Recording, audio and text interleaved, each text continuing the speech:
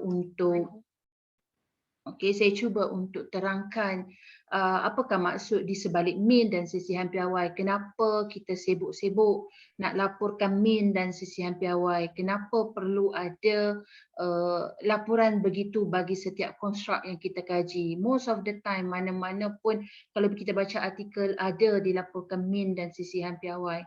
And then apa itu min, apa itu sisihan piawai? Secara teknikalnya of course lah, ada formula dan sebagainya. Tetapi apakah unseen di sebaliknya? Bagaimana kita nak menghuraikan? Bagaimana examiner yang tahu min dan sisihan piawai memandang nilai min dan sisihan piawai itu? So dia mungkin bagi saya perkongsian ini sangat simple. Saya rasa semua orang pun tahu. Mungkin just the matter of orang kata apa? The matter of what? Semua orang tahu secara tak sedar sebenarnya, tetapi kadang-kadang bila kita terikut-ikut dengan teknikal, kita jadi orang kata apa, kreativiti kita mati di situ. Contoh, lebih kurang lah kita kata. Right. So saya nak bawa terus kepada apa yang bila saya sebut min dan sisihan piawai, apa yang terlintas masa-masa tahu dapat apa kita panggil iklan ni. Iklan akan ada sesi percuma tentang min dan sisihan piawai. Boleh sesiapa nak share dekat chat apa yang terlintas yang tak tahu lebih ke, ataupun dah tahu tapi rasa macam keliru somewhere. Ada nak tulis kat chat ke redha saja. Ikutlah doktor nak cerita apa pun kami dengar je. Kan? Redha saja. So secara umumnya min, saya silap. Min tu apa? Min adalah min lah. Min adalah min lah. Apa? Saya ni masalahnya tertiba nampak cursor saya sedang bergerak. Cursor saya dia berlari, dia tak nak saya kontrol dia, jadi saya tak boleh nak guna untuk buat slide. Saya rasa masalah yang orang kata apa, bermasalah. Baik. Alright, min itu apa? Tak apa, kita masih boleh draw, kita draw. Kata apa, tak ada kaedah A, ada kaedah B, begitulah. Alright. So min itu, where are you? Min itu adalah purata. Ini orang kata apa, direct translation lah. Kami pun tahu doktor apa dia min, apa dia purata tu apa. So kita kata dalam bahasa kampung saya, kita kata pukul rata. Saya pun tak tahulah asal usul purata tu mungkin datang daripada pukul rata ataupun tidak. Itu bukan. Saya bukanlah orang yang menghuraikan dari segi istilah, sudut bahasa atau sebagainya. Cuma saya cuba menghuraikan seminima yang mungkin bahasa teknikal itu kepada bahasa kampung yang layman yang biasa kita gunakan seharian. So min itu pukul rata. Contoh kita kata hari ni dekat saya, mak saya bagi sehari perbelanjaan ataupun kita perbelanjaan breakfast pagi, breakfast sahaja.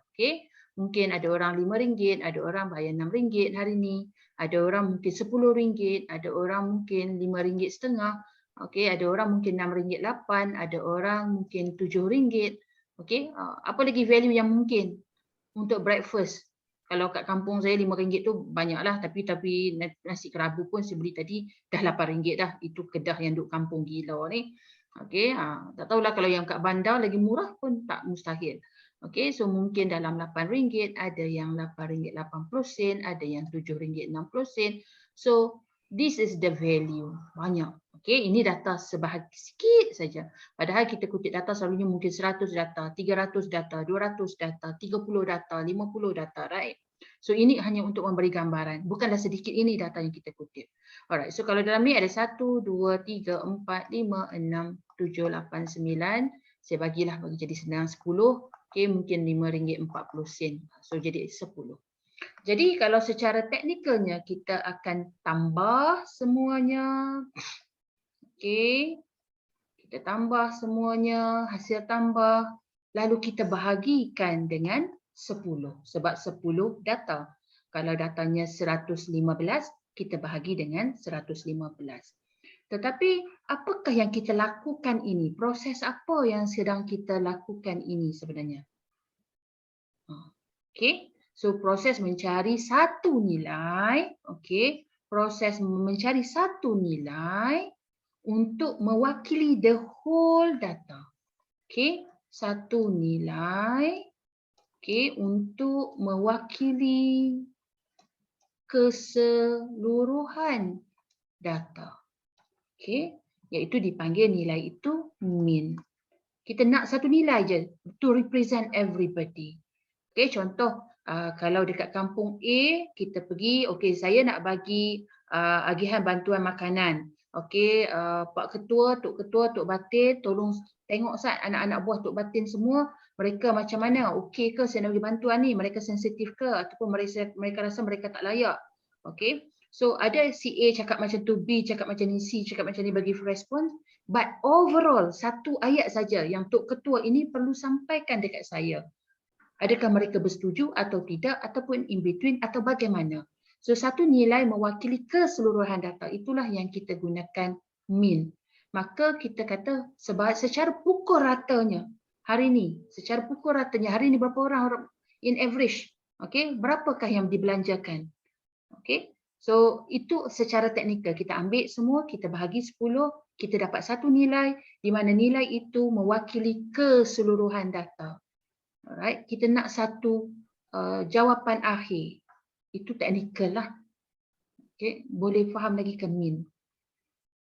Ke ada orang rasa macam mean tu something like dia tak nampak? Ada orang berfikir macam tu. Mungkin saya, sebab saya duduk dalam kuantitatif, jadi saya rasa mudah je mean ni. Tetapi bila kita tak duduk, kenapa kita perlu kira mean? Ada tak persoalan apa-apa yang nak dikongsikan?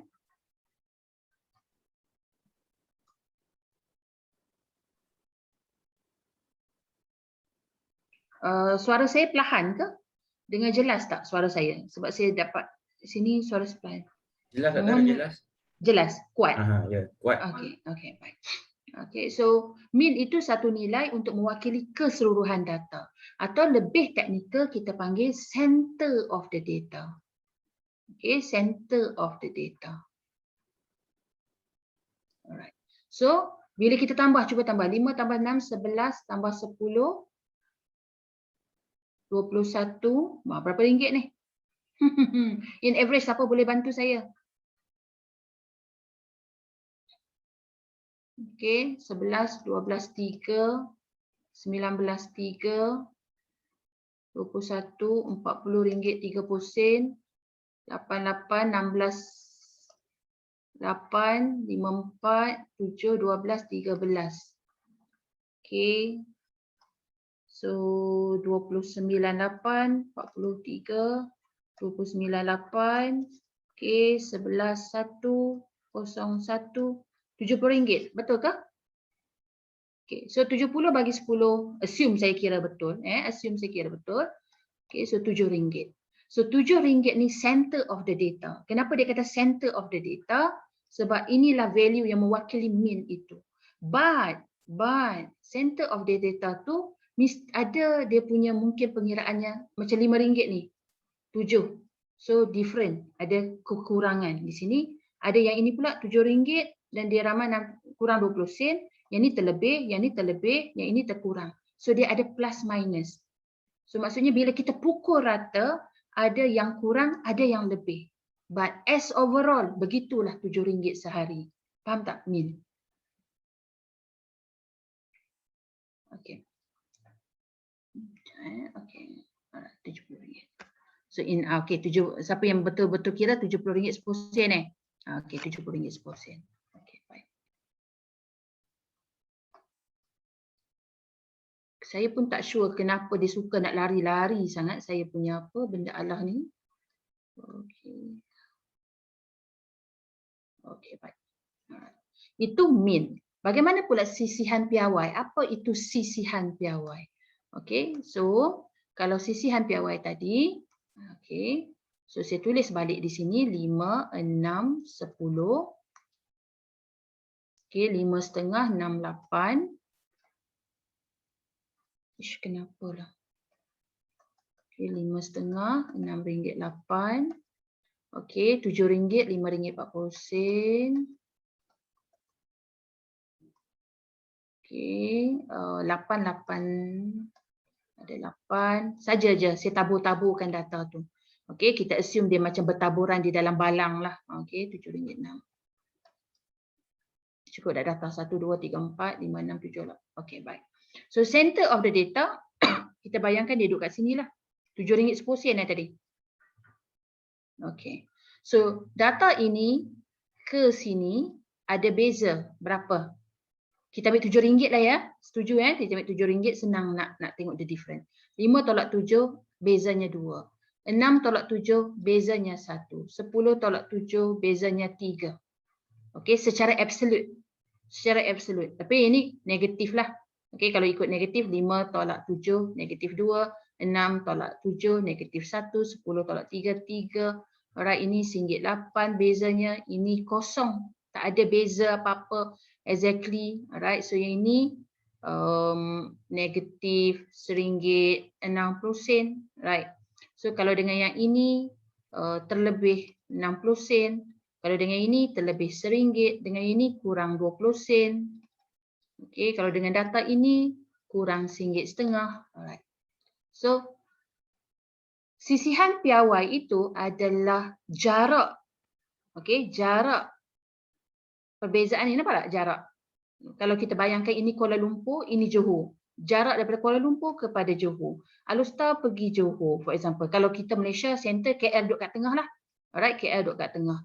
Alright, so Alustar pergi KL, Melaka pergi KL, JB pergi KL, Mersing pergi KL, okay, Kedah pergi KL, Perlis pergi KL. So jarak antara data tu. That is sisihan itu tadi. Sisihan. How the difference between dua sisihan. Tahu tak sisihan? Sisihan ini perkataan dia sisih, menyisih. Okay. The difference. Okay. 5/7 tu 2. Ini sisihan. Okay. Sisihan. The difference between these two value itu yang dipanggil sisihan. Okay. Deviation. So bahasa Inggeris kita panggil deviation. Okay. So kita kumpul sisihan ini. Sekejap saya tukar warna lain supaya nampak perbezaannya. Okay. Nilai sisihan ini, okay, nilai-nilai yang kita cari sisihan ini adalah jarak antara dua data. Jarak antara dua data. Jarak antara dua data. Jarak, okay, nampak tak? Ni jarak lah. Okay. So bahasa kampung saya panggil jarak lah antara dua data. Okay. Bahasa standard kita panggil deviation. Kita panggil sisihan. So jaraknya berbeza-beza. Ada yang kosong, ada yang jauh, ada yang dekat, ada yang very close, kan? So purata jarak ini. So that's why kalau you perasan pupuhan sisihan piawai adalah X tolak X bar. Yang saya tolak ni X tolak X bar.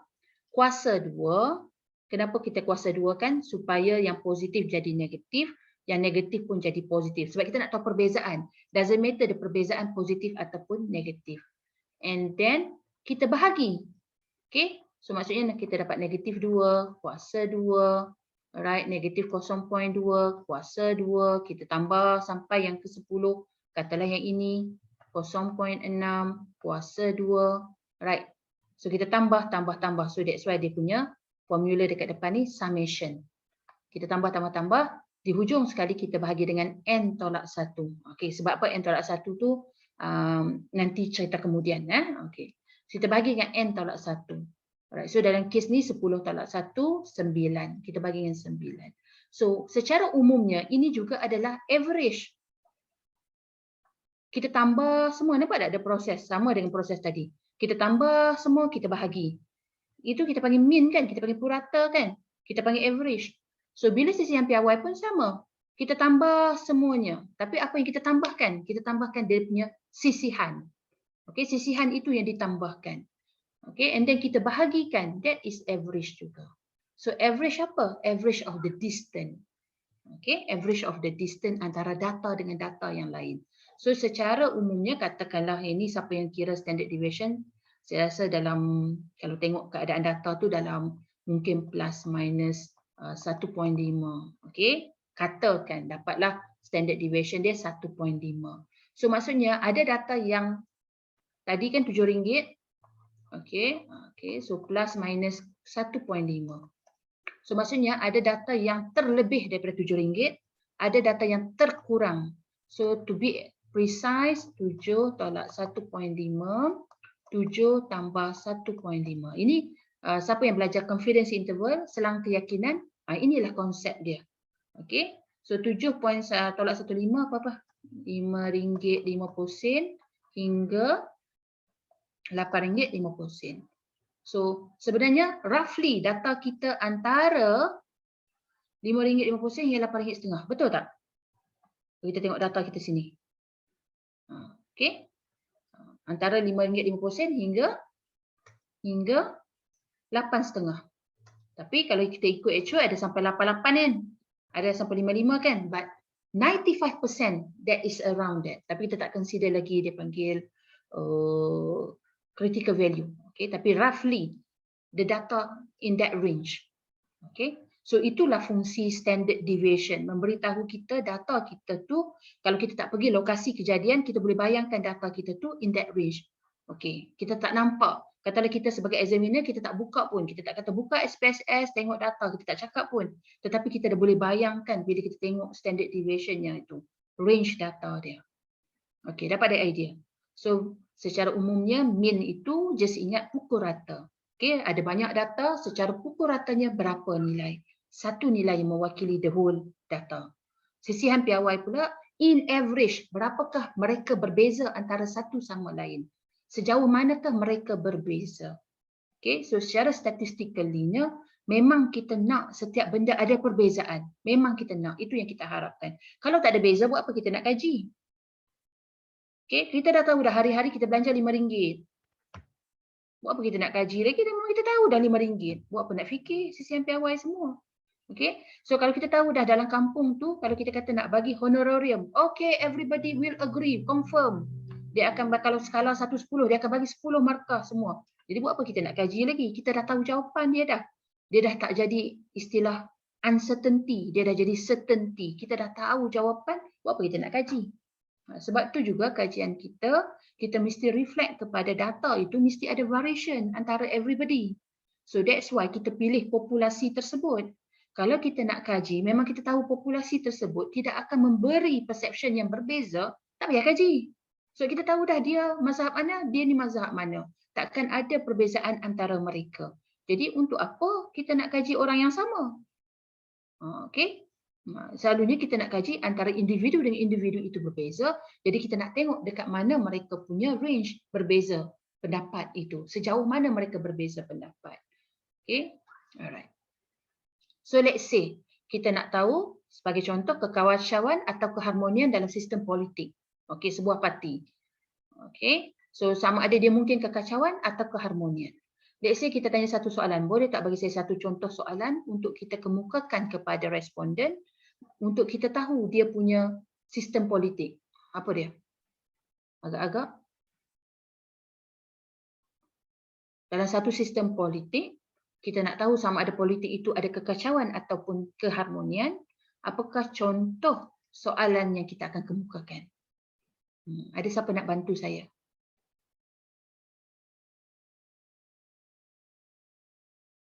Acceptance. Okey, okey. Bantu saya buat soalan panjang. Okay.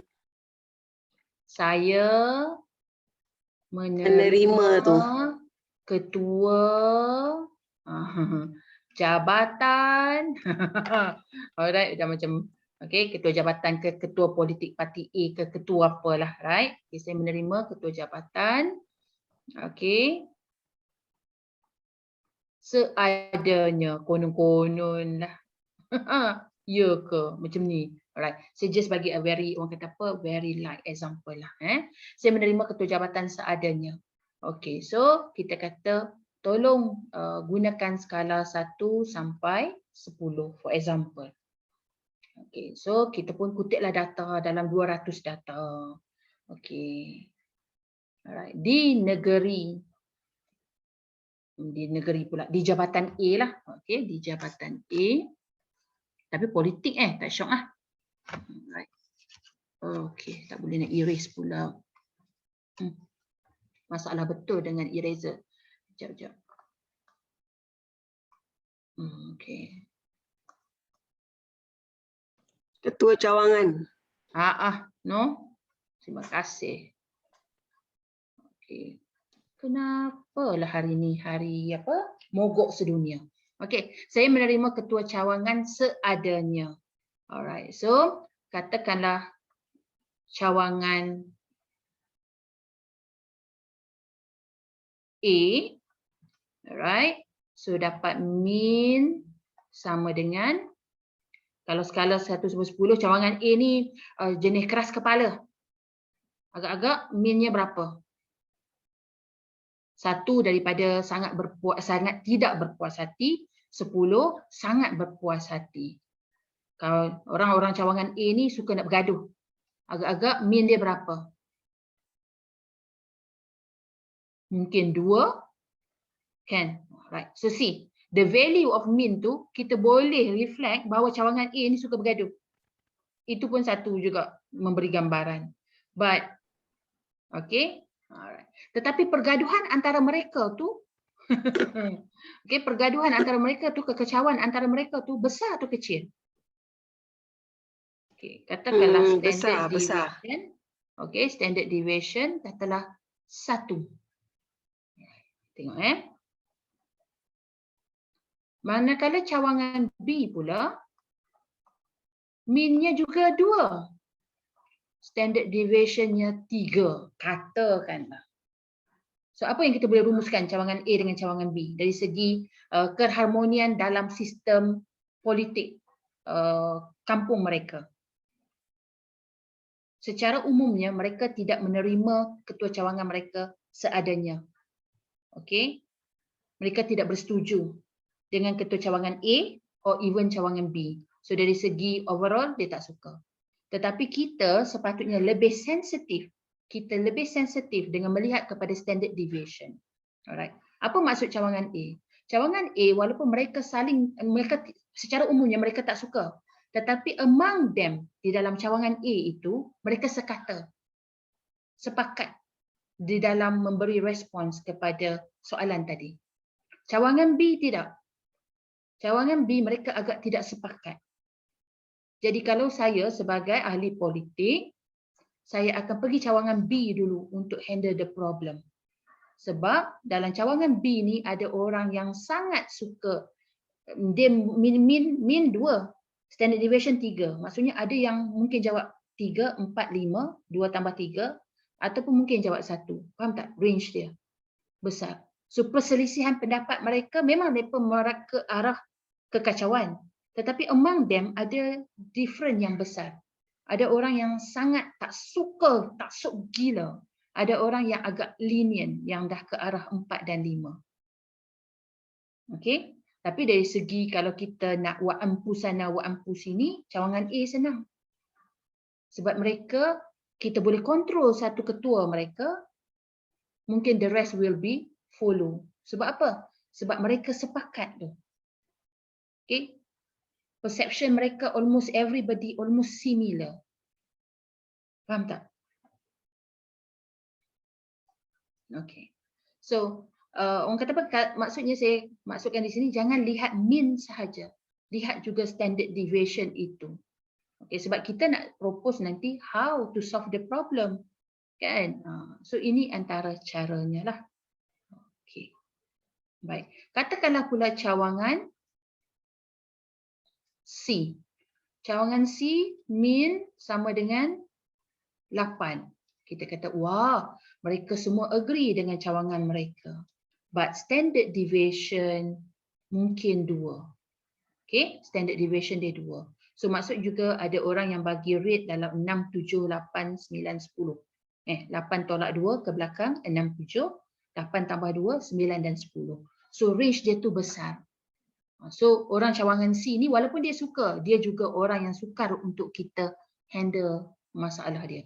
Okay, sebab taste dia lain. Jadi dari segi kalau kata nak pergi kempen politik, cawangan B pun kena handle, cawangan C pun kena handle. Yang macam ni tak apa. Senang. Kita bagi je satu benda, okay, seorang follow, the rest will be follow lah ni. Okay. Right. Sebab dalam ni mereka tak berapa banyak perbezaan pendapat. Ini besar perbezaan pendapat. Ini lagi besar. Okay. Contoh kalau cawangan C, okey, min mereka 8. Bukan minimum value min ini purata. Okey. Puratanya 8, standard deviation-nya 0.5. Ini lagi senanglah nak handle. Okey. Cawangan A okey, cawangan D sorry. Cawangan D senang, yang susah ni cawangan B, cawangan C. So kita sebagai ahli politik nak handle yang mana dulu? Kalau sebagai ahli politik nak make sure keharmonian. Cawangan D okey, just maintain. Cawangan C, right, of course kita nak yang orang suka kat kita kan. Okey. Cawangan A, cawangan B biar pergi kat dia dulu. Okey. So 3 lawan 3/4 dah berapa dah menang kan. So maksudnya we have to make strategically lah. Takkan kita nak handle semua cawangan, bagi semua sama banyak peruntukan. Tak boleh lah. Itu yang jadinya sekarang kan. Bila bagi sama peruntukan, hasil cawangan B kita tahu dah, buang duit je kat situ. Baik kita laburkan kat cawangan D lebih. Sebab kita tahu dah dia fahaman kita. Okey. Harap adalah nanti orang politik invite saya. Okey, baik. Alright. Itu dari segi ini. Alright, mari kita tengok harga ikan pula. Macam mana kita nak tengok harga ikan? Faham tak ni? Cikgu terang ni. Okay, saya selalu akan guna contoh ni lah dekat Facebook saya pun, dekat saya punya huraian pun tentang ikan ini. Okay. Nampak tak? Oh, pecut.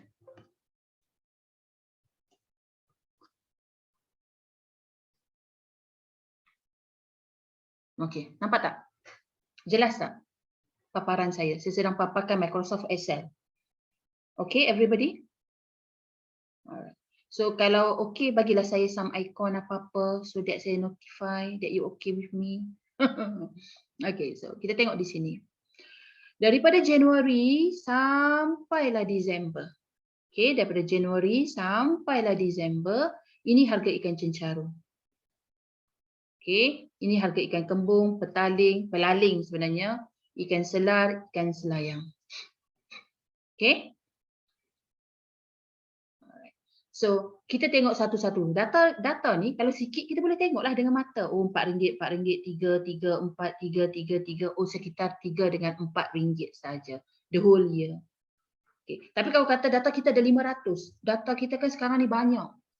Takkan kita sanggup nak tengok, oh 554, 554. Oh, ada masa tinggi 6. Ada masa tinggi 6, ada masa tinggi 6. Alright, ikan pelaling 34, 342, 34. Oh, maksudnya yang RM4 ni agak tinggi. Most of the time 3 hingga RM2. Alright, ikan selau pun sama 6, 7, 8, 7, 7, 6. Ui, pada masa ini tinggi gila.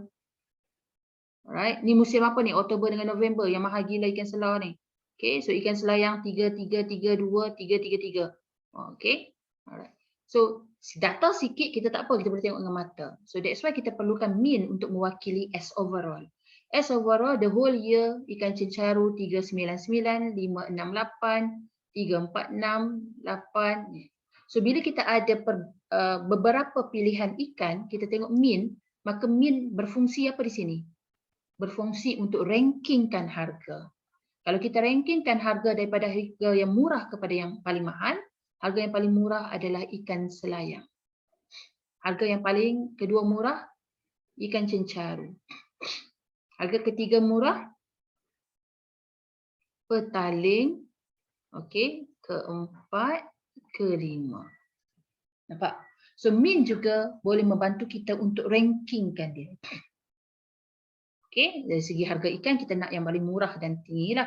Kalau dari segi perception tadi, of course kita nak perception yang tinggi sampai perception yang rendah. So ikut apa kita punya kajian. Okey. So kalaulah saya ni seorang orang yang buat catering dekat asrama. Okey. So saya nak make sure saya punya budget allocation itu tidak berubah every month. Ikan manakah yang saya akan beli? Dari segi murah, saya akan beli ikan selayang. Itu dari segi murah. Tetapi dari segi budget allocation saya supaya lebih konsisten, supaya tak ada sekejap saat lagi bulan ni 500 untuk beli ikan, bulan depan 700, bulan ni. Okey, belum lagi ayam, sayur. Okey. Padahal kita buat kalau catering asrama, kalau per head RM10, per head RM10 lah. Kan? Okay. So, untuk yang lebih konsisten, saya akan tengok standard deviation. So, dalam kes ini, standard deviation yang kecil adalah ikan cencaru. Ikan jacket. Itulah yang kita duk kena makan ikan jacket kot. Sebab dia konsisten. Dia bulan Januari sampai Disember, harganya tak jauh berbeza. So, kalau sebagai tukang catering kat asrama, beli ikan tu je lah, senang. Kalau ikan yang tinggi, dia punya tu, ikan apa? Ini. Ikan selah jangan duk belilah. Dah lah susah nak siang. Sekor-sekor kecil-kecil kan. Dia punya cost untuk masa kita spend time potong ikan tu pun ambil masa. Dah kita punya fluctuation budget allocation untuk beli ikan pun berbeza. See? That's the function of mean dengan standard deviation apabila ada beberapa jenis ikan. Tetapi bila kita nak buat perbandingan, kita kena pastikan unitnya sama. Macam yang ni semua unit RM, maka kita kena bandingkan RM boleh. Tetapi katakanlah kita nak bandingkan, kita ada data berat, dalam kg, tinggi dalam cm, kita tak boleh bandingkan antara berat dengan tinggi. It's not fair. Sebab berat unit lain, tinggi unit lain. So dia the same unit, kita boleh buat perbandingan. Tetapi bila dia lain unit, maka kita buat transformation, kita standardizekan the data. Sebab tu ada orang ambil data, tolak dengan mean bagi standard deviation, so dia dapat data yang standard, baru dia buat perbandingan. Itu dari segi kalau kita nak membandingkan dua unit yang berbeza. Jelas tak? Okey. Itu kisah ikan. So, ikutlah keperluan kita. Kan? Tapi kalau kita sekolah yang berelit, yang tak kisah semua tu dan memang bajet besar-besar, tapi of course lah kita sebagai catering, kita nak untung besar. Kan mana ada orang catering nak untung kecil. Kan? Of course dia nak yang standard deviation yang kecil. Kalau tidak pun ikan cencaru, ikan selayang. Tapi dari segi pengurusan, ikan cencaru senang. Dengan jaket tu sekali, dia hantar ke atas kita punya dulang tray tu. Right. Okay. Itu senang. Kalau potong dua pun masih senang. Kalau ikan selayang, dah lah kecil, lambat. Tapi cuma ikan jaket tu, dia ada jaket dia yang boleh melukakan jari kita. Okay. So, ada soalan lain? Okay, saya pergi kepada example seterusnya. Kita ada masa lagi. Memang that is my plan. Okay, sekejap Soalan ada dekat chatbox satu, Doktor. Ada Alright. On the part on why we are doing transformation, please clarify again. Okay. So the data transformation tu nanti belajar kemudian lah. Saya cuma di sini saya ajar tentang mean dengan standard deviation dulu. Alright. But saya highlightkan siap-siap bahawa kalau unit yang berbeza, you tak boleh buat perbandingan macam kisah ikan tadi. Right? Unit yang berbeza, you kena buat some transformation. Okay. So the formula is data tolak mean bahagi dengan standard deviation. Itu dipanggil salah satu kaedah. Salah satu. Okay. Dia normalizekan dia panggil. Okay. Okay, baik. So itu harga ikan. And then let's say, sekejap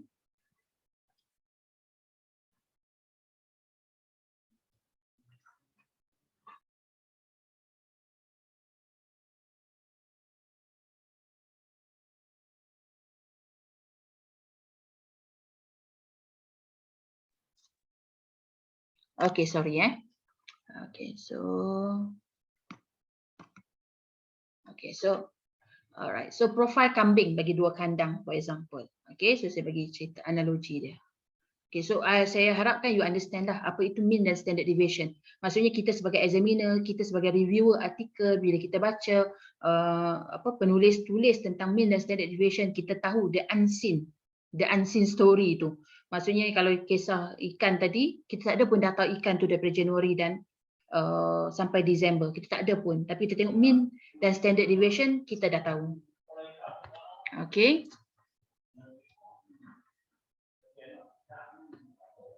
Sekejap, my husband. Sekejap dengar ke suara?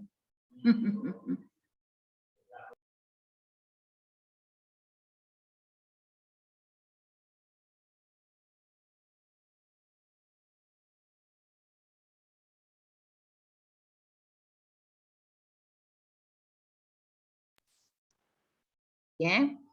Alright. So mana dia?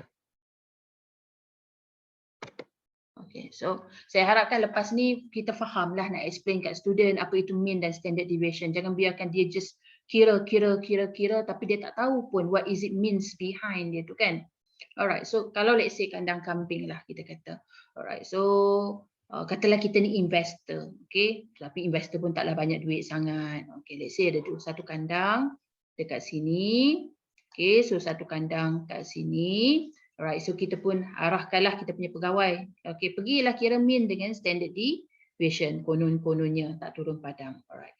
Dan dia tahu statistik, okay, bajet orang kata apa, bajet hebat lah nak guna mean dan standard deviation.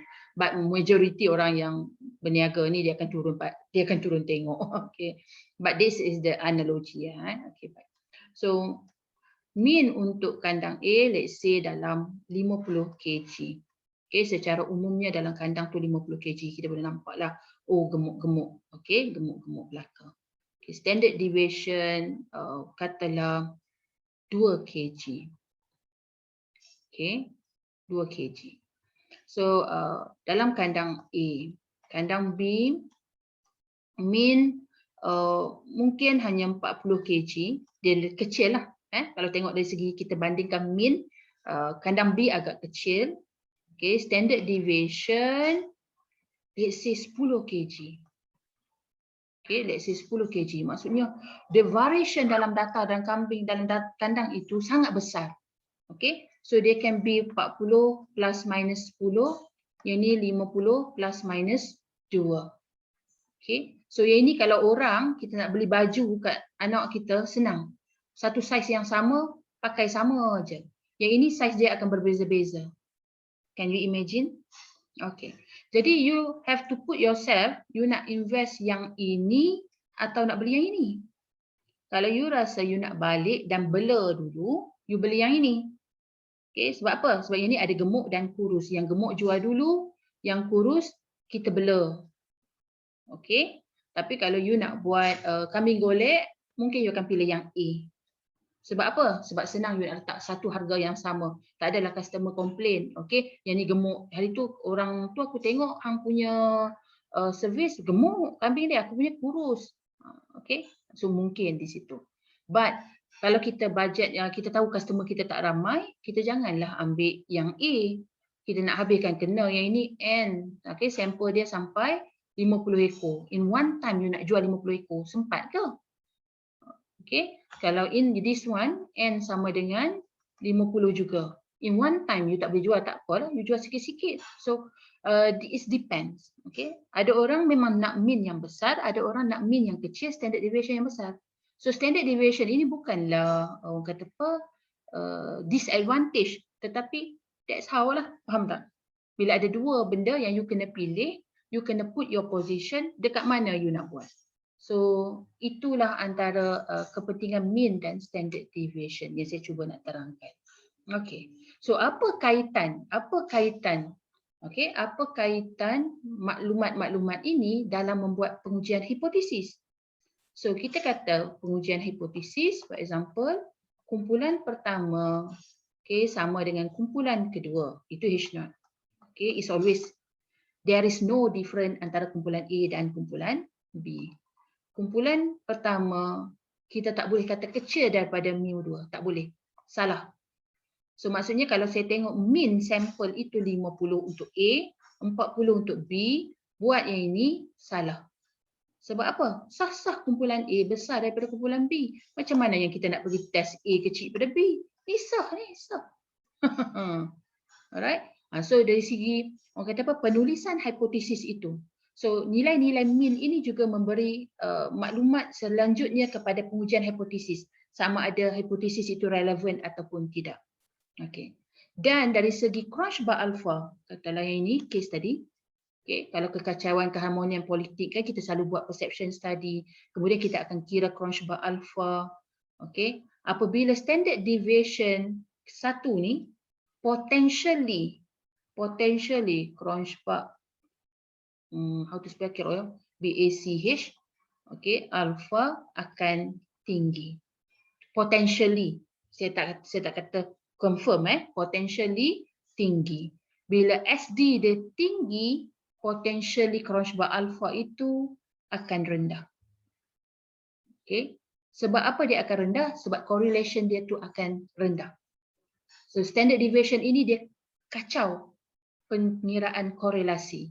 Okay. So dalam formula, dalam formula Cronschbach alpha, Cronschbach alpha, di belakang tabirnya adalah kita menggunakan Pearson correlation.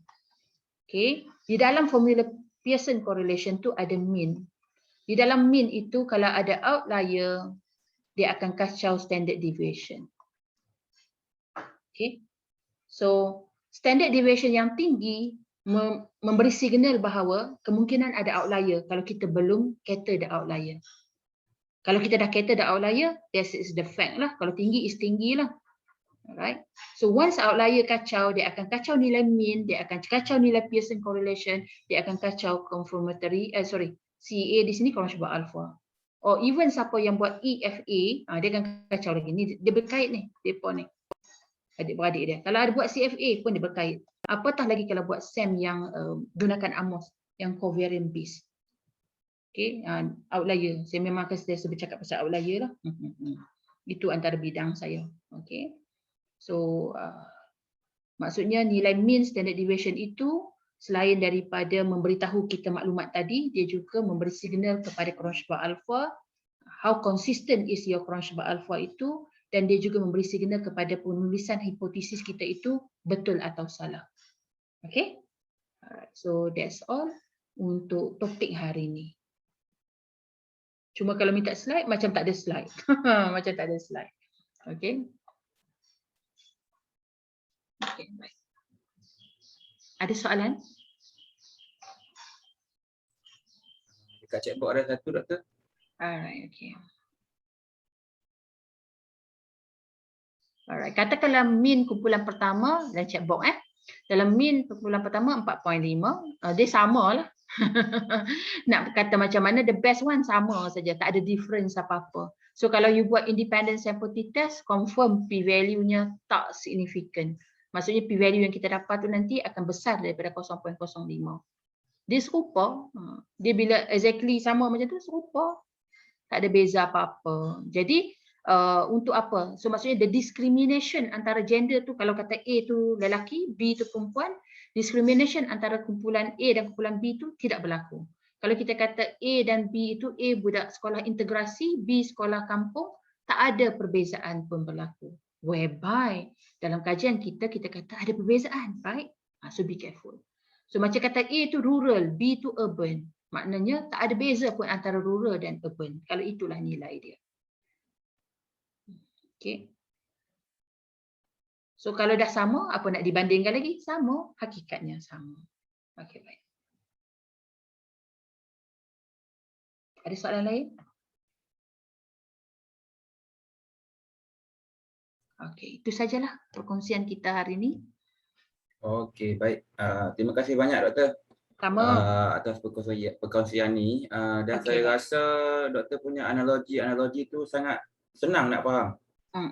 Bagi saya lah.